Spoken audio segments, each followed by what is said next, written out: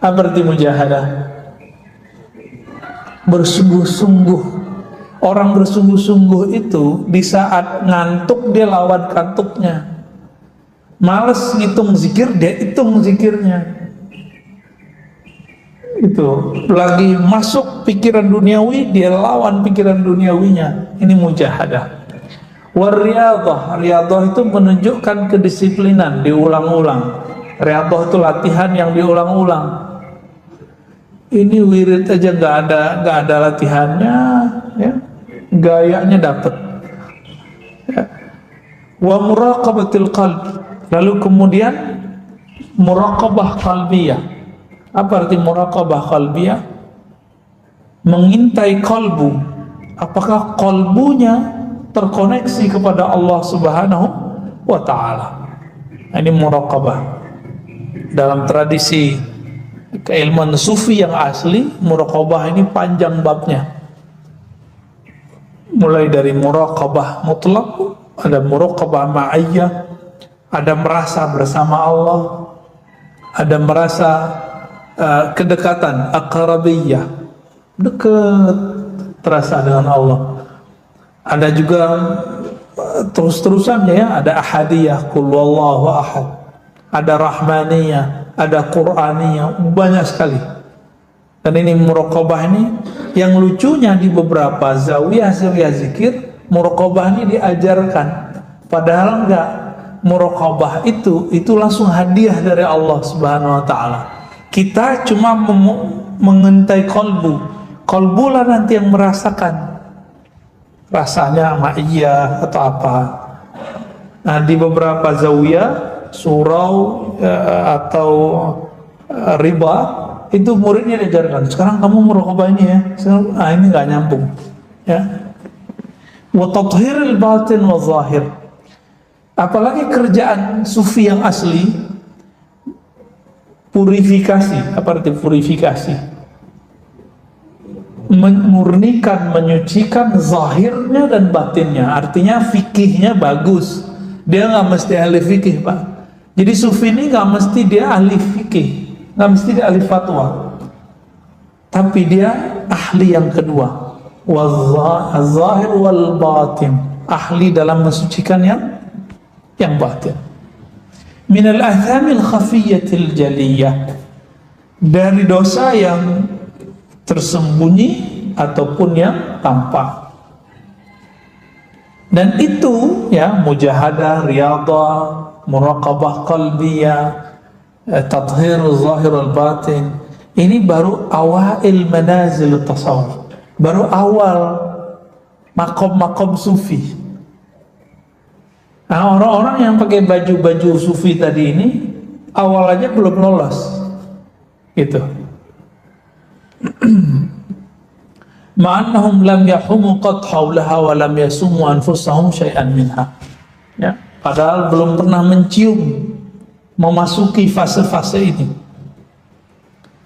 Ya, kawan-kawan kita ajak latihan. Nah, latihan kan ada targetnya. Kalau sudah nggak latihan baru bebas, baru zikron katsiro, itu unlimited. Jadi kita latih, misalnya ada zikir mulai dari 1000, 5000. Itu latihan-latihan itu dibolehkan oleh para ulama karena mengikuti langkah dari Abu Hurairah, sahabat Rasulullah SAW.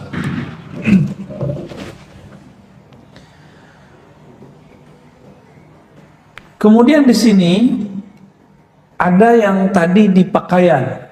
Nah, sekarang ada kelompok sufi prank, ya, yang idda'at ilmal ma'rifah, yang ngaku-ngaku dapat ilmu ma'rifat. Nah, ini lebih berat nih, Pak. Kayaknya dia paling tinggi gitu, ya.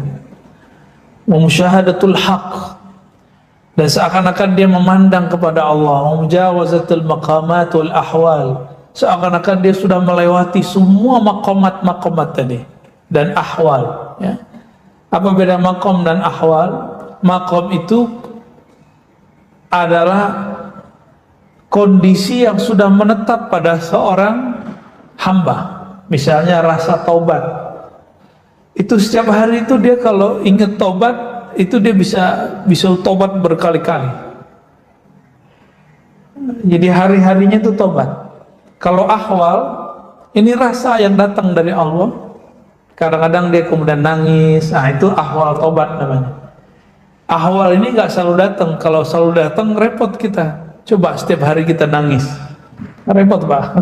Lagi jalan nangis, ntar dikira orang gila. Ya.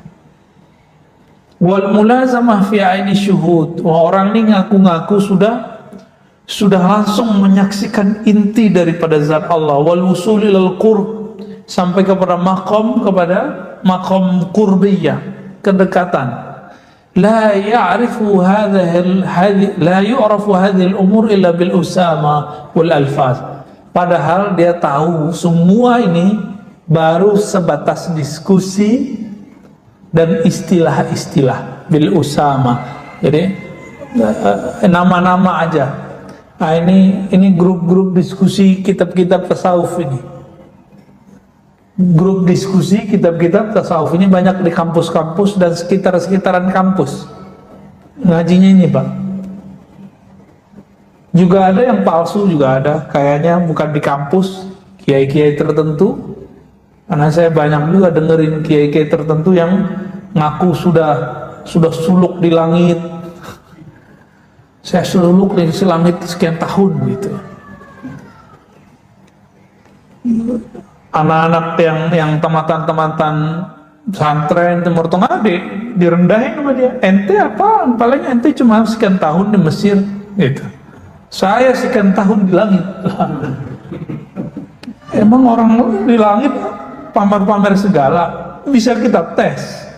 Kalau dia pernah ke langit ketemu nggak Nabi Isa? Ya, ketemu nggak Nabi Adam di langit pertama? Kalau pernah nyantri di langit, ya, ketemu nggak Nabi Ibrahim di langit 6 atau 7? Karena di hadis Bukhari itu ada dua versi, Fisama Isadisa dan Fisama Sabi'ah. Langit ke-6 atau langit ke-7. Ketemu nggak sama Nabi Ibrahim? Baru bener tuh nyantri di langit.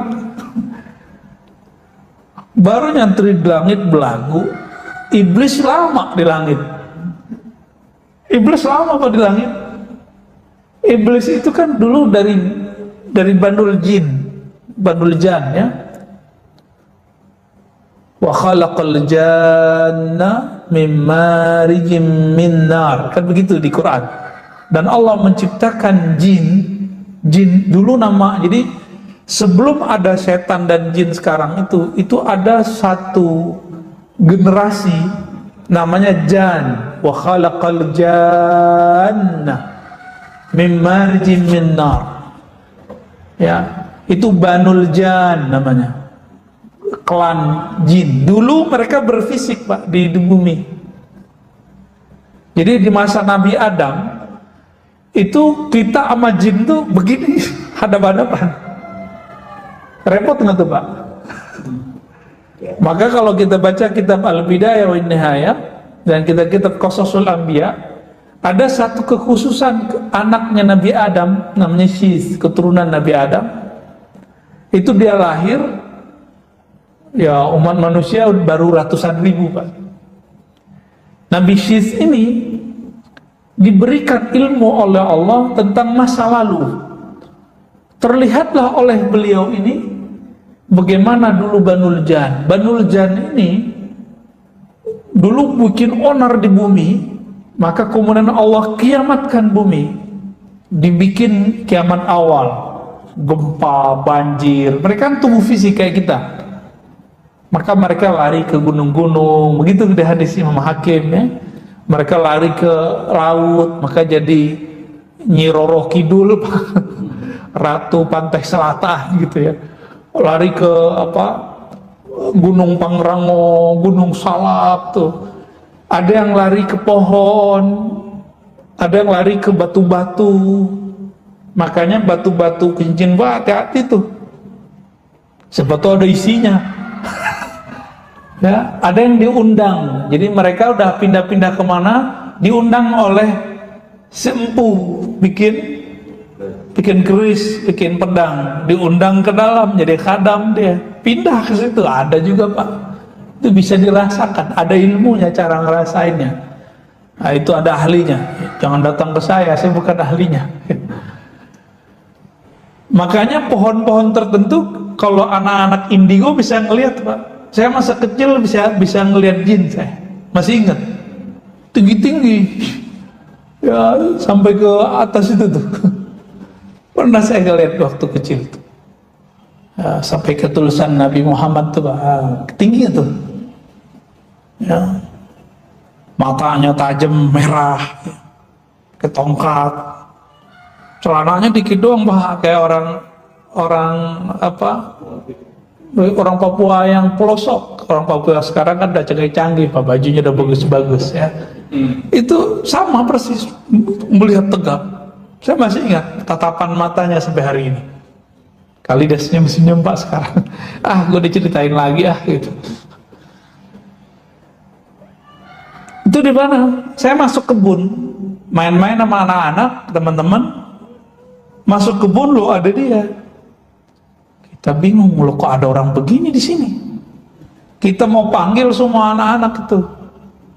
Pas saya keluar kebun, perbatasan kebun, udah nggak ada. Masuk lagi ke dalam, mau main-main ceritanya. Kita kira tuh orang gede bisa diajak main-main. Dicari-cari nggak ketemu. Pulanglah saya. Pulang-pulang diingat-ingat. Baru ngeh, itu kayak jin. Baru ngeh saya. Ya kalau gendruwo nggak begitu juga, gendruwo beda lagi wajahnya ya. Wallahu alam itu apa? Ya, dan itu berzahir dalam mata saya. Ya. Anak kecil kan ketika lahir antara alam ruhnya dengan alam fisiknya itu masih tarik menarik. Ya. Nah, ada orang-orang tertentu yang akalnya belum terlalu matang, akhirnya yang tadi itu masih membekas dalam dirinya sampai tua dia bisa indigo deh. Kita ngeliatnya dia kayak orang ebleng, padahal dia beneran Pak. Kita kira dia sedeng. Enggak, dia asli itu. Dia ngerasain paling energinya. Oh, ini dia berasa apa gitu. Tapi kan gak enak hidup begitu Pak. Enak gak hidup?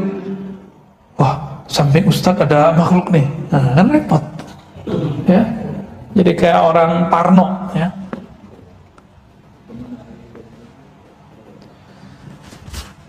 Nabi Syekh ini kemudian diberikan zikir-zikir tertentu oleh Sayyidina Jibril dengan perintah dari Allah untuk membuat baris hijab, batas hijab antara manusia dan jin. Alhamdulillah, kita berterima kasih kepada Nabi Syekh karena berkah mukjizat beliau, kita sekarang ada barrier dengan jin itu. Kalau nggak kita ditonjok-tonjok mulu kali Pak. Ya, tidur digangguin, ini kan iseng dia. Kita bikin rumah, dia bilang, ini tanah gua nih. Kan repot Tante. Ya, nggak bisa laku tuh tanahnya. Atau sertifikat tanahnya dibatalin sama dia. Nah, kelompok-kelompok ini kadang-kadang dia punya pengalaman rohani, tapi bukan kerohanian yang murni, tapi kerohanian palsu yang membawa dia bukan Allah, bukan malaikat, tapi yang bawa dia adalah jin. Ini sering Pak. Nah, tadi saya nyebutkan mereka kemana-mana ya, dan yang tinggi-tinggi mereka naik ke angkasa. Antara langit dan bumi disebut sama'id dunya. Disitulah Allah izinkan jin-jin, setan-setan yang kuat-kuat itu bikin istana-istana. Karena dulu Azazil, iblis ini pernah naik langit 1, langit 2, langit 3 sampai ke langit ke-7 dan menjadi pemimpin salah satu klan malaikat beribadah kepada Allah. Balik lagi turun ke bawah. Jadi setiap langit itu dia beribadah di sana. Wallahu alam berapa lama mereka beribadah. Tahu-tahu dapat kabar. Ya. Wa iz qala rabbuka lil malaikati inni ja'ilun fil ardi khalifah. dapat kabar dalam surah Al-Baqarah diceritakan bahwa Allah akan memilih seorang khalifah di bumi, wakil Allah di bumi dari kalangan bukan kamu, tapi kalangan yang tercipta dari tanah. Nah, yang tercipta dari tanah. Apa kata malaikat? Ya Rabb, kenapa engkau menjadikan khalifah di bumi orang-orang yang merusak? Loh, malaikat sudah tahu, berarti sudah ada Adam sebelum Adam. Malaikat sudah pernah ngelihat ada makhluk kayak kita ini, kayak Nabi Adam, yang dulu merusak dan menumpah darah di bumi. Nah, jadi jangan heran nanti kalau ada beberapa kiai, beberapa ustadz, profesor menafsirkan Adam qabla Adam.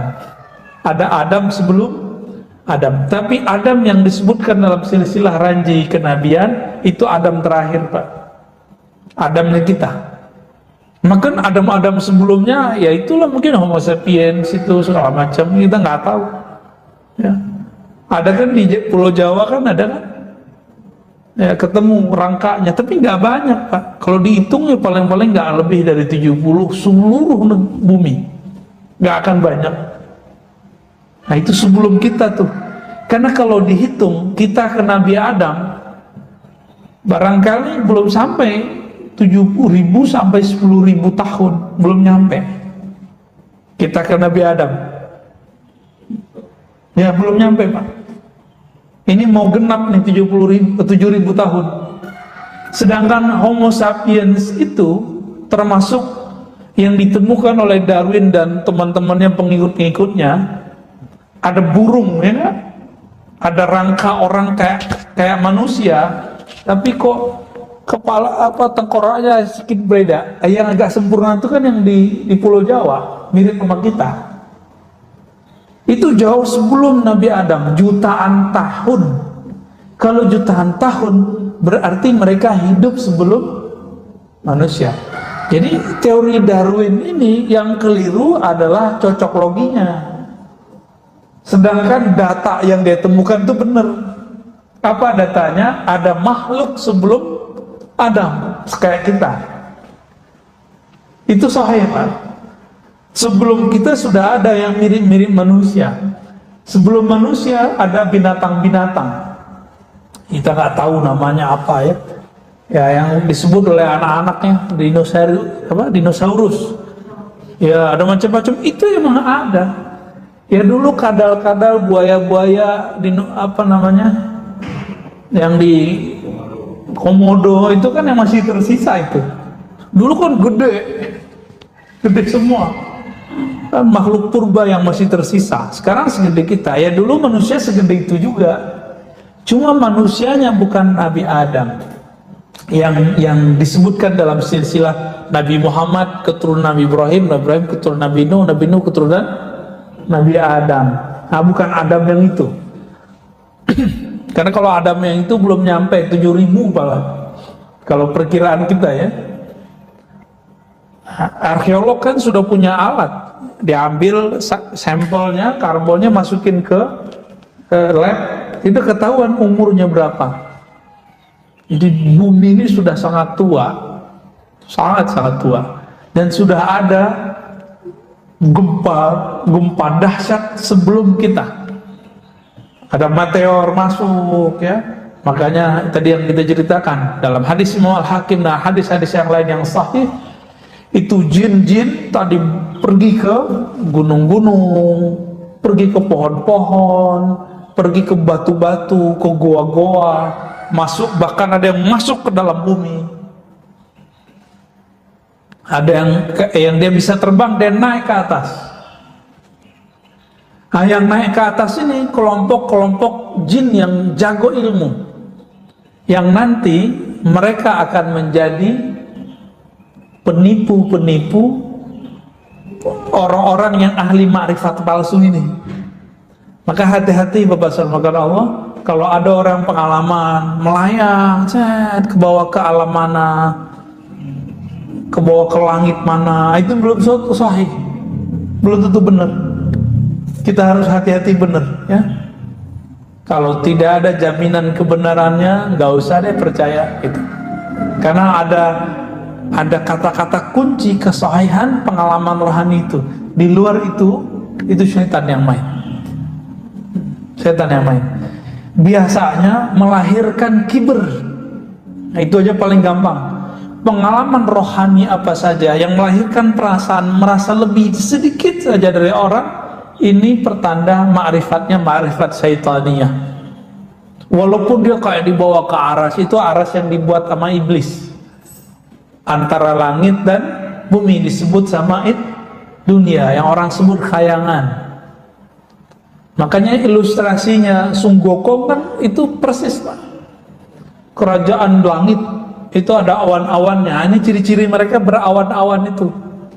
Jadi itu bukan imajinasi bohongan ya, karena dalam tradisi falsafah Aflatun, apapun yang diimajinasikan manusia itu ada realitasnya sebenarnya.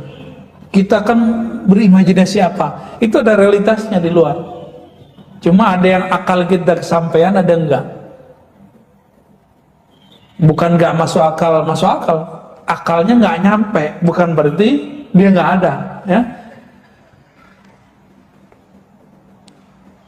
Talaqqafa min alfaz at-ta'at kalimat fahuwa yuraddiduha wa yazunnu anna dhalika a'la min ilmi al-awwalin wal akhirin. Dia dengan tadi lafaz-lafaz tadi, istilah-istilah tadi, merasa itu adalah yang paling tinggi, a'la min ilmi al-awwalin, lebih utama dari ilmu awalin dan akhirin. Generasi dulu dan generasi belakangan. Nah, orang-orang ini ciri-cirinya apa? Yanzur ilal fuqaha wal mufassirin wal muhaddisin wa asnafil ulama bi'ainil izrdiyah. Tadi seperti yang saya katakan, ciri-ciri mereka ini jago baca kitab, jago istilah-istilah tasawuf. Tapi kalau mandang ulama, ahli fikih, ahli Quran, ahli hadis, para kiai itu izdriyah ya. Izdriyah ya. Dengan pandangan yang merendahkan. Gitu doang gitu. Baru hafal Quran, baru hafal matan-matan takrib, hafal alfiyah. Nih. Ilmu saya ilmu makrifat lebih tinggi. Nah, ada perasaan-perasaan begitu di hatinya. Ya, hati-hati. Sudah diprank sama setan ya. Kalau kami dulu ketika dapat ijazah zikir dari guru, lalu boleh ngajarin zikir, itu ada pesan di bawahnya. Alai wa usika. Aku wasiatkan engkau, kata guru kita, ya. Dengan apa? Beberapa di antaranya bihtiramil ulama wal fuqaha wa ahli Quran wa ahli hadis, untuk menghormati ulama, ahli Quran, ahli hadis. Itu ada pesan Pak ditulis dalam ijazah-ijazah yang saya terima dulu dari guru-guru saya. Fadlan 'anil awam, apalagi orang ini kalau ketemu orang awam pasti ngeremehinnya nggak tanggung-tanggung ya. Hatta innal fallah ya. Wah, ini sahabat saya Falah namanya. Fallah, kalau udah begini dia kerja apa ditinggalin kerjaannya. Kalau dia seorang petani, dia tinggalkan bertaninya ya. Lalu kemudian ngikutin model-model begini ya. Ka'annahu yatakallam 'anil wahyi wa yukhbir 'an sirril asrar wa yastahkir bidzalika jami'al ibadi wal ulama. Jadi cirinya sederhana aja. Jadi mereka ini anggap selain mereka ini dihijab ya. Seakan-akan bicaranya dari wahyu, sir-sir ya. Kayaknya ini paling benar aja. Nah, orang-orang ini ngerasa dirinya tinggi di sisi Allah. Wa annahu minal muqarrabin, mereka ini orang-orang yang dekat kepada Allah. Padahal huwa indallah minal munafikin. Orang begini di sisi Allah munafik. Maka ahli ma'rifat itu supaya nggak terjebak di sini, mereka mengambil jalur malamatiyah. Saya ada pernah cerita ya. Kenapa mereka ngambil jalur malamatiyah? Karena setiap kali dapat ma'rifat itu girangnya bukan main. supaya girang ini tidak dimanfaatkan oleh syaitan dan hawa nafsu, maka mereka berulah. Seperti Nabi Khidir. Nabi Khidir itu nguji orang-orang berilmu. Jadi tugasnya Nabi Khidir apa, Pak? Balia bin Mulkan, nama kecilnya. Itu nguji ahli marifat ini. Dia merasa sombong gak dengan marifatnya? Ketipu gak dengan jamaahnya yang banyak? Ketipu gak dengan baca kitabnya yang bagus? Ketipu gak dengan zikirnya yang Masya Allah? Didatangi nama Sayyidina Al-Khidir itu. Jadi Nabi Khidir ini menguji kerjaannya dari dulu. Tugasnya menguji. Kalau lolos berarti lolos sama dia. Setelah itu Nabi Musa diuji oleh Nabi Khidir. Nah, orang-orang begini nih gak lolos sama Nabi Khidir. Gak lolos Pak, orang-orang begini sama Nabi Khidir. Kenapa gak lolos? Nabi Khidir itu ahli ma'rifat. Maka yang bisa mengakses beliau itu cuma orang-orang yang niat tulus dia ingin mengenal Allah Subhanahu wa ta'ala. Kalau orang ini kan sok tahu. Nabi Khidir ini akan mengajarkan orang bagaimana dirinya itu merendah di hadapan Allah, tidak menunjukkan bahwa dirinya ini orang hebat. Maka bikin ulah depan Nabi Musa. Maka saya nggak bisa bayangin Pak, kalau Nabi Khidir itu nyata di depan kita, mungkin kita jadi kafir semua kali. Antum bisa bayangkan Nabi Musa ini ahli hukum. Kalau ada bunuh orang, maka dihukum apa? Qisas. Ditunjukin itu di depan Nabi Musa. Ketemu anak kecil ambil gorok, digorok sama Nabi Khidir. Kira-kira kalau itu kejadian sekarang, kita bilang itu apa? Maka wajar kalau kelompok-kelompok anti tasawuf ini benci sekali dengan sufi karena salah satu doktrinnya. Doktrin sufi apa? Meyakini bahwa Nabi Khidir itu masih hidup. Karena kalau Nabi Khidir itu hidup, itu mereka mungkin jadi akfarul kufar, ya, menjadi orang paling kafir nanti. Bisa nggak dibayangin tuh? Antum ngelihat ada orang bunuh orang lain, itu opini kita apa? Ini aja pembunuhan 6 orang di tol kan masih simpang siur ya. Yang pro polisi ngomongnya apa? Yang pro FPI ngomongnya apa? Ya kita bingung juga opini mana yang benar, kan mainnya opini. Coba kalau main data kan beda. Jadi opini ini yang bikin rusak. Kira-kira seperti itu. Baru kejadian kayak gini belum jelas juntrungnya gimana. Kalau kita ngelihat gimana kira-kira? Saya nggak bisa bayangin Pak. Betapa nih kita nanti akan bilang masa sih itu Nabi Khidir, nggak mungkin lah gitu. Paling kita ngomong gitu nanti.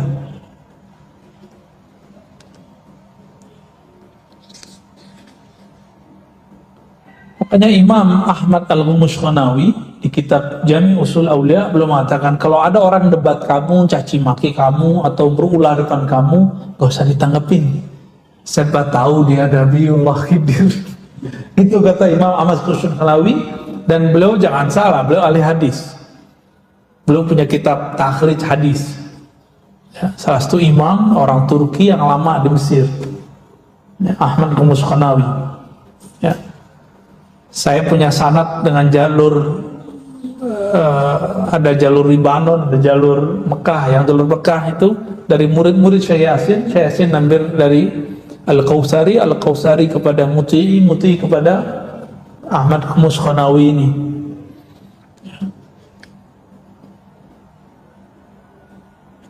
Wa inda arbabil qulub minal hamqal jahilin. Orang ini menurut ahli qalbu hamqa, bukan hamka apa ya? Hamqa ini orang jahil.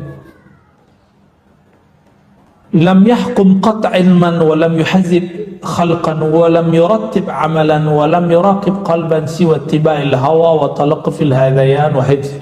Jadi ini beda dengan Malamatiyah. Jadi kelompok ini obral ma'rifat kemana-mana. Kalau yang pertama tadi obral penampilan, Kayaknya sufi itu harus kemana-mana pakai serban, kemana-mana pakai gamis khusus. Enggak begitu yang disebut sufi. Ada yang lebih parah. Firqatun waqa'at fil ibahah wa tawwu bisata syara' wa rafadul ahkam wa sawwu binal halal wal haram. Kelompok yang disebut oleh dulu Imam Ibn Arabi dengan kelompok ibahiyah, kelompok yang menghalalkan yang haram. Kata mereka, sekarang yang halal haram, yang halal jadi haram, yang haram menjadi halal. Kenapa? Ketika seorang hamba sudah dekat kepada Allah, maka si hamba ini tidak berlaku lagi padanya hukum syariat. Ketipu nggak? Udah pasti ketipu. Imam Ibn Arabi anti itu, tapi dia dituduh seperti itu. Imam Ibn Arabi juga ngomong, yang temenan nama ibahiyah ini kelompok ittihadiyah, kelompok yang ngomong bersatu dengan Allah. Ibn Arabi dituduh oleh Ibnu Taimiyah, dia mengatakan ajaran bersatu antara hamba dengan Allah, Allah dengan hamba. Itu ditolak juga oleh Ibn Arabi, tapi masih dituduh. Apa kata mereka? Kalamnya ini benar Pak, kalam mereka. Allah butuh nggak amal kita? Nggak betul ya. Terus sudah apa beramal? Nah gitu. Jadi mereka punya konsep yang aneh. Allah nggak butuh amal ente kok, ngapain beramal? Falam utib nafsi, maka saya nggak perlu capek-capek gitu. Wabadum yakul ala amal biljawih la wazna laha. Nah, itu versi pertama. Versi kedua mereka ngomong, beramalan fisik tuh nggak ada nilainya. Kenapa? Allah hanya memandang ke kalbu. Bener nggak hadis kalam ini? Allah memandang ke kalbu. Tapi hadis yang benar, kalam yang benar ini dia kaitkan dengan, ya kita nggak perlu berarti beramal secara fisik. Nah ini kalam-kalam mereka. Nah ini juga sufi-sufi prank ini Pak ya. Apa kata Imam Ghazali? Wal ibahiyah minal kuffaril marikin. Mereka ini sudah masuk kepada daftar kafir. Jadi nggak masuk lagi. Nah, maka ini kata kunci Pak. Setinggi apapun ma'rifat seseorang, nih ingat-ingat nih, setinggi apapun kajian hakikat seorang syekh, seorang sufi, ujian dia adalah syariat. Jika dia menghalalkan yang haram, dia ngomong secara lisan. Baik, lain kalau ceritanya dia terjebak maksiat, itu lain cerita. Selama dia tidak menghalalkan yang haram, maka ma'rifat dia sahih. Tapi kalau dia sudah mulai menghalalkan yang haram, ini pertanda ma'rifatnya, hakikatnya hakikat syaitaniyah, bukan ilah. Ya, inilah yang dapat kita ambil dari Imam Syekh Abdul Qadir Jilani Al-Qutub Ar-Rabbani. Apa kata beliau? Saya didatangi oleh cahaya yang berlipat-lipat. Cahaya itu berkata, Ana Rabbuk, akulah Tuhanmu wahai Abdul Qadir. Al-an, sekarang, semua yang haram bagimu aku halalkan. Langsung senyum Syekh Abdul Qadir. Ya ente iblis. Hanya iblis yang ngomong begini. Gitu. Karena ilmu hakikat setinggi apapun ujiannya di syariat.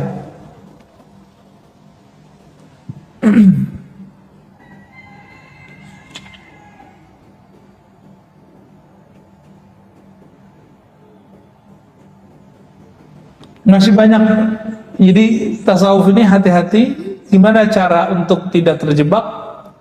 Cari guru yang bersanad, yang dia dapat ijazah sahih dari gurunya, akidahnya Ahlus Sunnah, dan memilih mazhab salah satu dari mazhab yang ada, ya mazhab yang 4. Begitu Syekh Muhammad ibn Muhammad Al-Khani dalam kitab As-Sa'adah Al-Abadiyah memberikan guidance buat kita.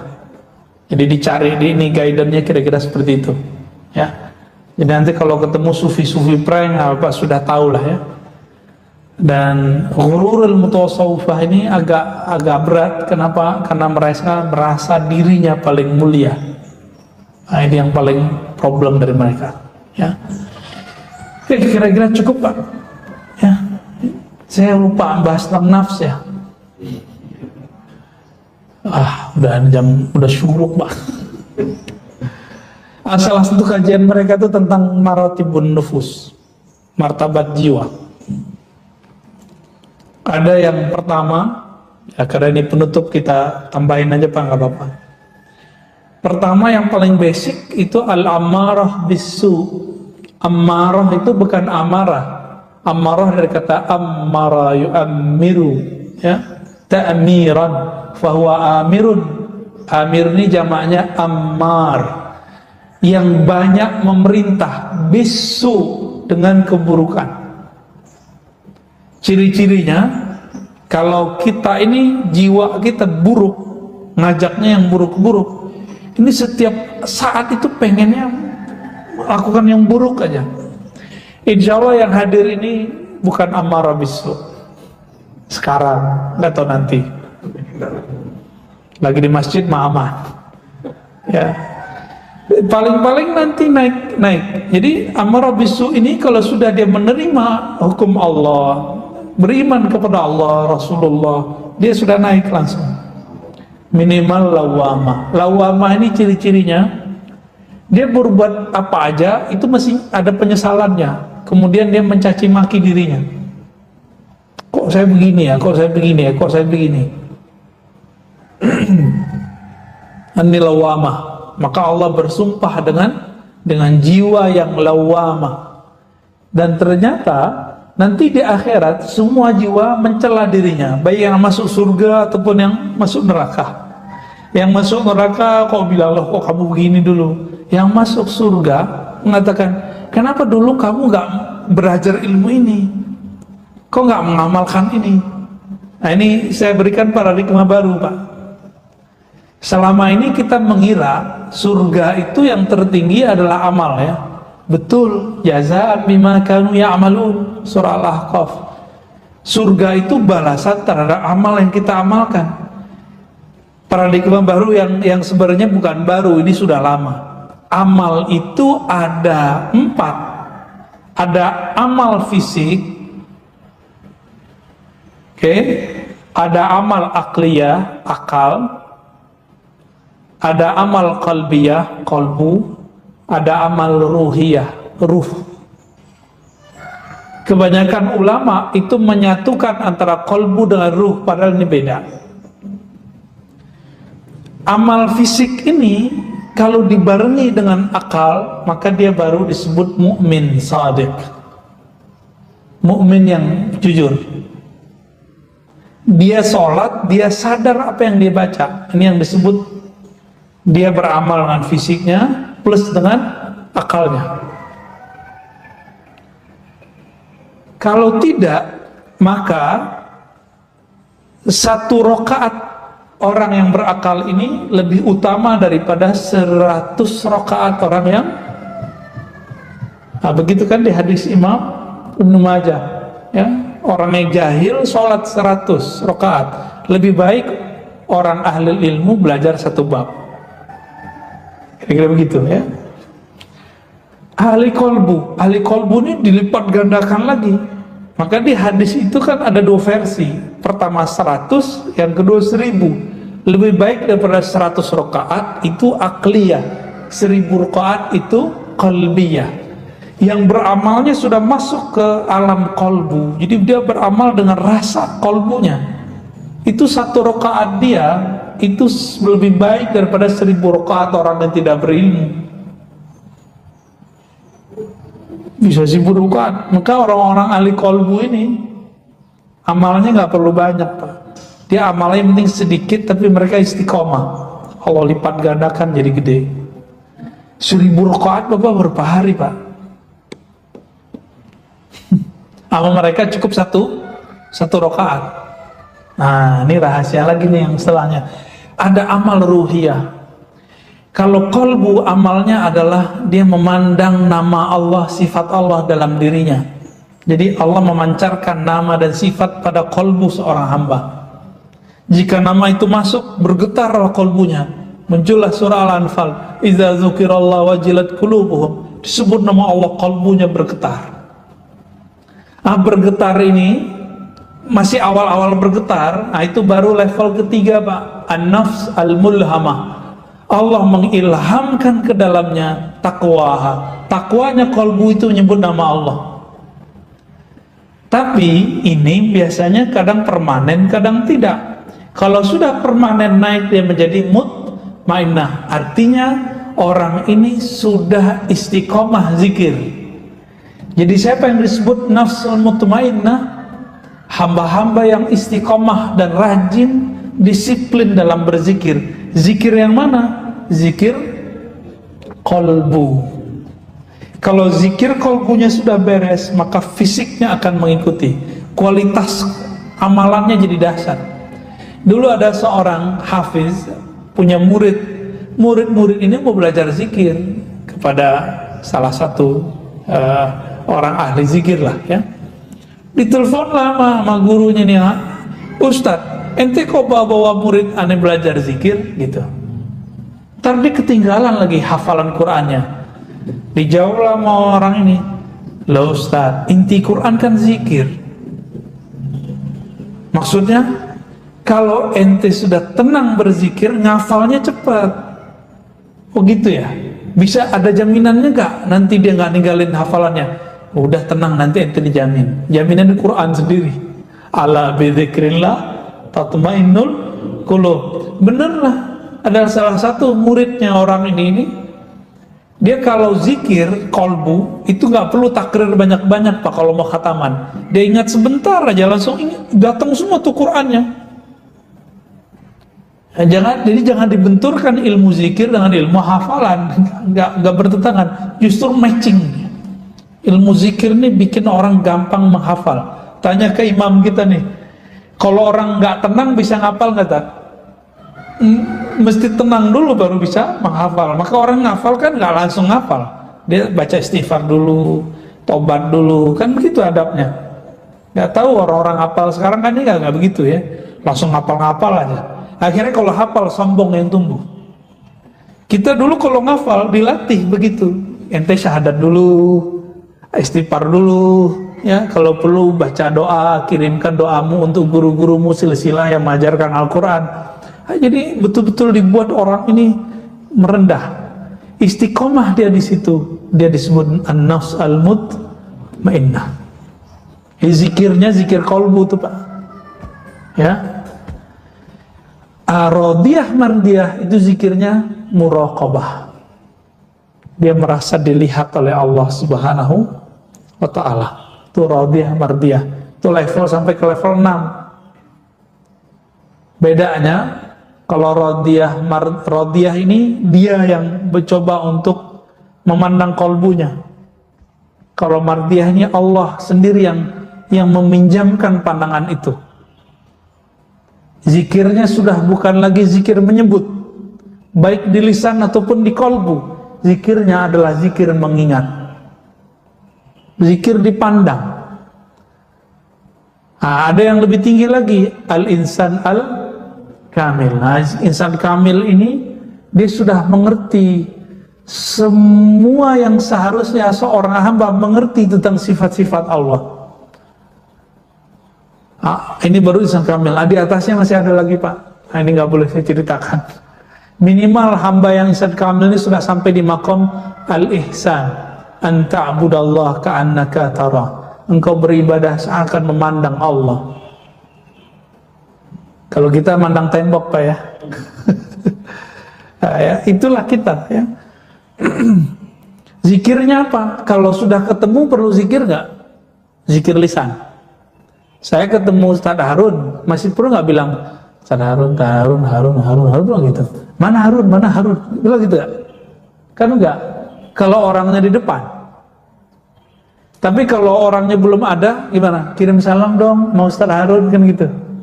Di mana sih Ustaz Harun? Kita nyari. Kalau orangnya nggak ada di depan, kita ingat-ingat, sebut-sebut. Kalau sekarang orang di depan, berani nggak nyebut-nyebut nama begitu? Nggak berani, sama. Yang sudah sampai insan kamil ini, atau minimal muraqabah radiyah mardiyah ini, dia nggak nyebut lagi ya Allah, nggak ada, kecuali dia ngajar orang. Di kalbunya sudah merasa dipandang. Maka zikir orang ini zikir daim, zikir berkontinu dengan diam aja. Bahkan pada saat itu zikir itu mazmum, zikir menyebut itu mazmum, berarti dia belum ketemu juga yang dia maksud. Nah, ini yang maksud Imam Abu Yazid Bustami, kalau sudah ketemu yang disebut, maka zikir-zikirmu terlarang. Nggak sopan kan? Bapak ketemu kiai, masih nyebut-nyebut nama kiai depannya, itu baru sama makhluk loh, apalagi sama khalik. Ini nggak difahami sama orang-orang anti tasawuf, dikira Abu Yazid itu mengharamkan zikir, padahal itu musyahadah, bab musyahadah. Nah, kira-kira itu tingkatan nafs. Jadi metode cepatnya cuma satu, zikrullah, dan nggak mungkin kalau nggak dibimbing, kecuali bapak ini majzub. Apa arti majzub? Ditarik ke Allah. Cuma kalau majzub nanti kayak wadsehan, ya. Mau, nggak apa-apa Pak kalau mau.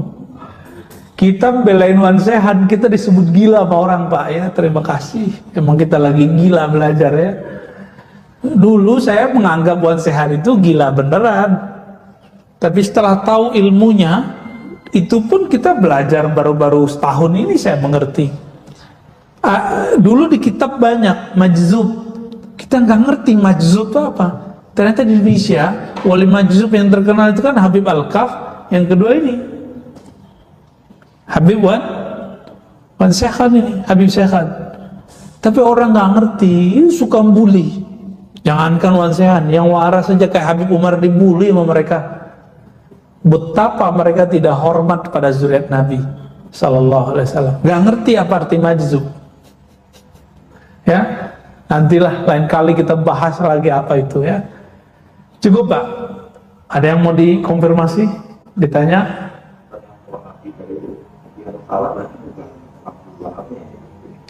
Muhammad bin Wahab sendiri itu ada kekeliruan Pak. Ada kekeliruan. Kekeliruannya apa? Pertama, beliau menerima secara gamblang trilogi Tauhid Ibnu Taimiyah. Uluhiyah, rububiyah, asma sifat, lalu membatalkan sifat 20. Ya, itu aja problemnya. Tapi beliau berguru kepada orang-orang itu gitu. Sufi dan Asy'ariyah, kan Imam Sindi tadi, Hayat As-Sindi itu seorang Asy'ariyah. Lalu dia punya guru namanya Ibnu Abdul Latif. Ya, ada beberapa gurunya Asy'ariyah, Syafi'iyah, Muhaddis. Kita cerita begini nggak bakal dipercaya sama mereka. Padahal kitabnya jelas, bukunya ada, yang nulis juga guru-gurunya, Bin Bas, Utsaimin. Apalagi di zaman itu sudah ada yang nulis. Itu kekeliruan pertamanya. Kekeliruan keduanya masih ada lagi. Apa kekeliruan keduanya? Beliau menerima kerjasama dengan keluarga Saud untuk keluar dari Daulah Utsmaniyah. Ini kesalahan yang fatal. Fatal. Ternyata keluarga Saud itu didatangi oleh penjajah Inggris, diiming-imingi. Jadi waktu itu orang Inggris ini kan kepalanya banyak Pak. Ada yang ditaruh ke pemerintahan syarif di Makkah, namanya Syekh Syarif Al-Hashimi. Ya. Jadi di Makkah itu sudah ada raja lokal yang tunduk kepada Daulah Utsmaniyah. Kemudian terpisah ketika Utsmaniyah mulai goyang. Nah, keturunannya ini kemudian yang ada di Yordan sekarang. Makanya mereka belakang namanya Al-Hashimi kan, yang Yordan. Ini pun lagi mau diobrak-abrik sama Yahudi Pak. Karena Yordan lagi kacau juga nih. Tinggal Saudi Pak yang belum diacak-acak. Ya, tinggal nunggu yang disebutkan di hadis itu. Jika pemimpin di Arab, ya, terjadi konflik, udah nggak lama Dajjal keluar, Pak. Mungkin pidato Dajjalnya dulu kali ya. Ya, itu awalnya, tapi gimana? Walaupun itu fatal, itu skenario Allah. Karena Daulah Utsmaniyah ini walaupun ada prestasi di zaman Muhammad Al-Fatih dan lainnya, tapi itu kan zaman-zaman otoriter semua. Dan zaman otoriter itu berlanjut sekarang di Saudi. Saudi sangat otoriter. Mana mungkin ada pengajian seperti ini di Saudi? Nggak ada. Bapak buat pengajian di luar corona loh Pak ya, itu bisa ditangkap, bisa dibubarin. Makanya guru-guru kita di sana sekarang untuk menerima tamu itu susah, buat pengajian terbuka itu susah, boro-boro buat maulidan terbuka. Maka seharusnya salah satu tokoh Habib kita yang pernah di Mekah bersyukur, karena selama di Mekah dia nggak bisa buat maulid, nyampe di sini bisa buat maulid. Seharusnya dia bersyukur, ya. Nggak bisa Pak kita buat pengajian di sana kalau nggak dapat izin dari pemerintah. Waduh, parah nih, parah di sana, otoriter sekali. Untungnya sekarang Muhammad bin Salman ini dia ngerti Wahabi ini siapa. Cuma kan dia juga, kita nggak tahu isi otak dia apa kan? Ya kita nggak tahu juga. Siapa tahu dia lagi dekat sama siapa. Dan dia mengatakan Wahabiyah adalah senjata pemikiran perang Amerika melawan Rusia. Dan itu sudah berhasil. Skenario ini berhasil di Yaman, berhasil di Suriah. Suriah udah hancur, Irak udah hancur. Mau Pak dibuat negeri seperti itu, negeri kita. Makanya sekarang coba lihat, Syiah benci sekali sama Salafi, dan Salafi mengkafirkan Syiah. Begitulah terus. Lalu kita yang Ahlus Sunnah ini dipaksa untuk ikut salah satunya. Mau? Caranya gimana? Buat stigma orang-orang Ahlus Sunnah ini pro Syiah. Dan orang-orang awam yang jahil ini kemudian jadi pengikut Wahabi. Akhirnya jamaah awam benci sama ulama-ulama aswaja yang Ahlus Sunnah karena dianggap Syiah. Nah, ini hati-hati nih, ya. Dan yang paling untuk dua aja, NU Muhammadiyah, kan gampang, ya. NU Muhammadiyah yang akan dimasukin. Karena resource keulamaan ala santri di Muhammadiyah itu sangat tidak mencukupi, itu mereka bisa masuk Pak di situ. Pesantrennya Muhammadiyah kan nggak ngaji kitab kayak di NU. Nah, NU ini susah ditembus, maka dicarilah agak mirip-mirip. Nah, itu Syiah palsu itu.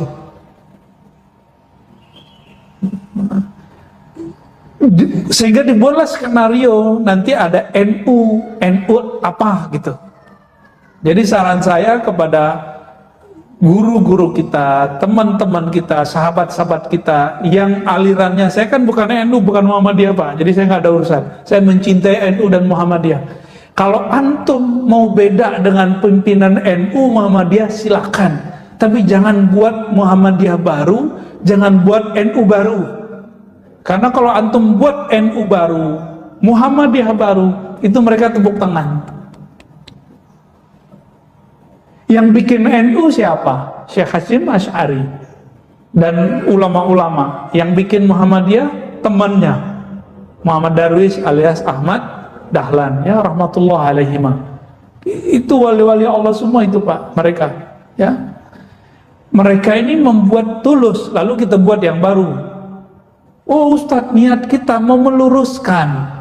Enggak, kita paham maksud antum itu mau meluruskan NU, tapi ente siapa bisa melurusin NU?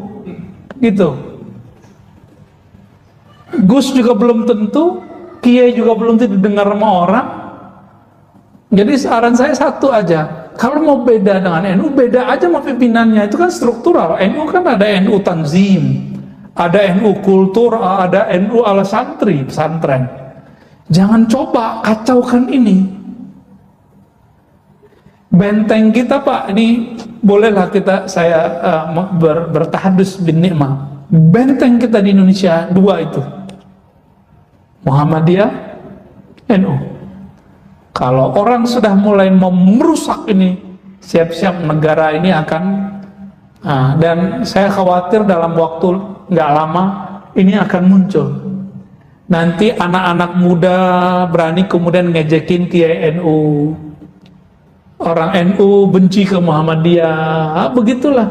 Nanti muncul wujud asli mereka-mereka yang memecah ini, yang kelompok yang tadi itu, yang saya cerita tadi di Riau itu ya, yang mengatakan NU sesat, Muhammadiyah sesat, jamaah tabligh deh balikin Mbak, jamaah tabalik. Astagfirullahaladzim. Ini udah mulai nunjukin nih mereka siapa dirinya. Kemarin saya cerita, mereka ini mengharamkan lagu Indonesia Raya. Ya, sebelumnya mereka parno, ya, menganggap kalau lagu Balonku Ada 5 itu penghinaan terhadap Islam. Kan kacau itu. Astagfirullahaladzim.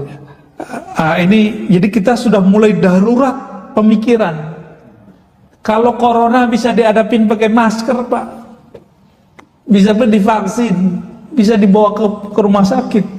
Kalau virus ideologi, virus mengenai pemikiran ekstrim, ini gimana caranya? Maka saya sarankan nanti ini masjid menjadi pusat Ahlus Sunnah nanti. Kita buat daurah Ahlus Sunnah di sini nanti. Mau? Jadi nanti kita ajak orang-orang buat daurah kajian kitab Ahlus Sunnah di sini.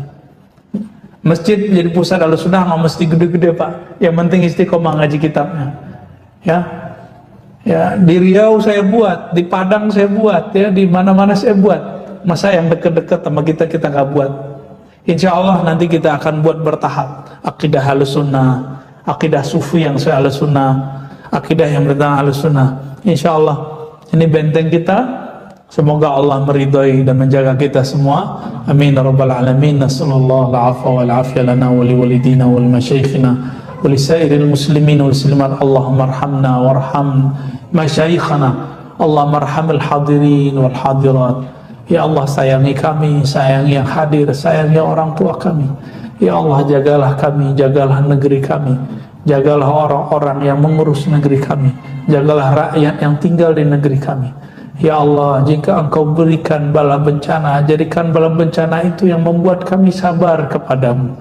Ya Allah, jika Engkau berikan kami nikmat, jadikanlah nikmat itu menghantarkan kami kepada syukur kepadamu.